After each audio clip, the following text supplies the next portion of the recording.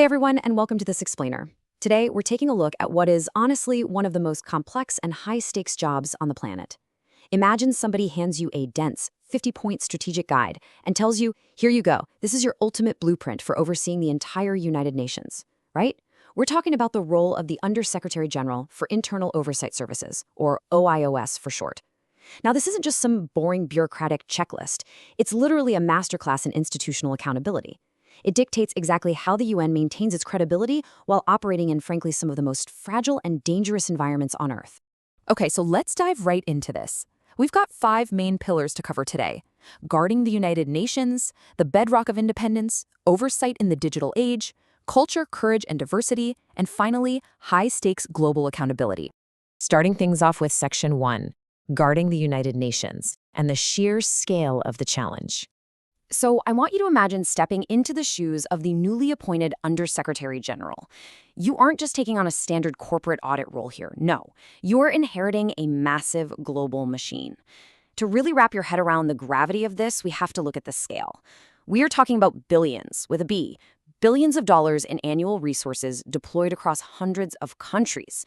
This office has to monitor financial compliance, humanitarian aid, and peacekeeping forces in places where basic infrastructure barely even exists, places where the risk of fraud or mismanagement is just sky high.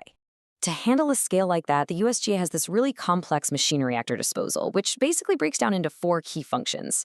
First up is audit. This ensures those billions of dollars are actually being managed properly. Second is investigation, which zeroes in on fraud and serious misconduct. Third, we have inspection, looking at the broader systemic management practices. And fourth, evaluation. This one asks the really hard question: are these programs actually working and helping people? These 4 tools, they have to work together absolutely seamlessly. I actually want to pause here for a second on this quote straight from our source text because it perfectly frames the stakes. It says, internal oversight is not a peripheral administrative function. It is the structural backbone of institutional credibility. Think about that. If OAOS fails, the lifeblood of global trust in the UN just dries up. It really is that simple. Member states are only going to fund the UN if they implicitly trust that their resources are being used effectively and ethically. Which brings us to Section 2, the bedrock of independence and navigating the politics. So how exactly does an internal office police its own massive organization without, being silenced by powerful people? The answer is something called operational independence. This is officially enshrined in General Assembly Resolution 48/218B, and it creates this really fascinating, delicate paradox. See, the USG reports directly to the Secretary General, but they are never subordinate to them when actually conducting their oversight work. They have the absolute legal right to pursue uncomfortable findings, challenge leadership, and just follow the evidence wherever it leads, completely free from any political interference. But let's have a reality check for a minute. True independence? It's entirely meaningless if you can't pay the electric bill or hire your auditors, right? If the very people you're supposed to be investigating can just suddenly constrain your budget, well, your independence is completely compromised. So the USG has to constantly prove that every single dollar invested in this oversight office prevents multiples of that in future losses through things like fraud, waste, or mismanagement. And securing those resources means walking a serious diplomatic tightrope in what's known as the Fifth Committee of the General Assembly. Just imagine trying to get 193 roommates to agree on a single budget. It's wild. The USG has to neutrally navigate the vastly different political and budgetary priorities of all 193 member states.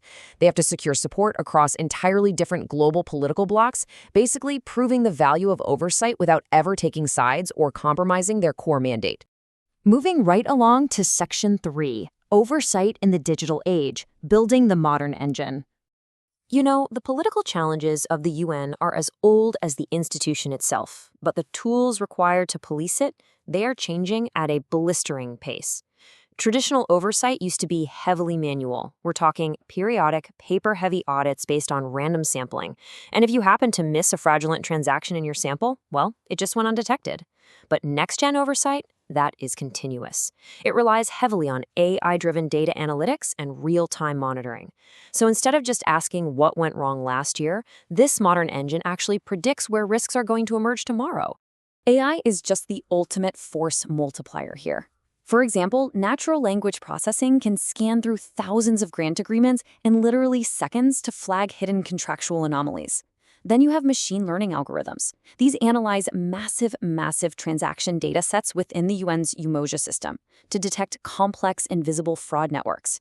And predictive analytics, they use historical data to point auditors straight to the highest risk areas before a crisis even has a chance to happen. It's a total game changer. Okay, let's hit section 4, culture, courage, and diversity. Basically, staffing the guardians. Now, the best AI in the world is completely useless without the right humans interpreting the data. It's really all about the specialized builders and guardians who actually run this high-tech engine on the ground. And a high-performance oversight culture, that is built entirely on psychological safety. The staff working under the USG are often evaluating incredibly powerful people and programs. They have to feel completely empowered to report uncomfortable truths and exercise professional courage without any fear of retaliation or career damage. Without that safety net, the whole accountability structure just collapses. Plus, if you're going to effectively oversee a global institution, your oversight team absolutely must look like the globe it serves.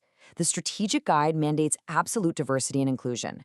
We're talking about achieving gender parity across all leadership levels, ensuring broad geographical diversity so the global south is properly represented, creating disability-inclusive environments, and applying an intersectional lens to how the entire office operates.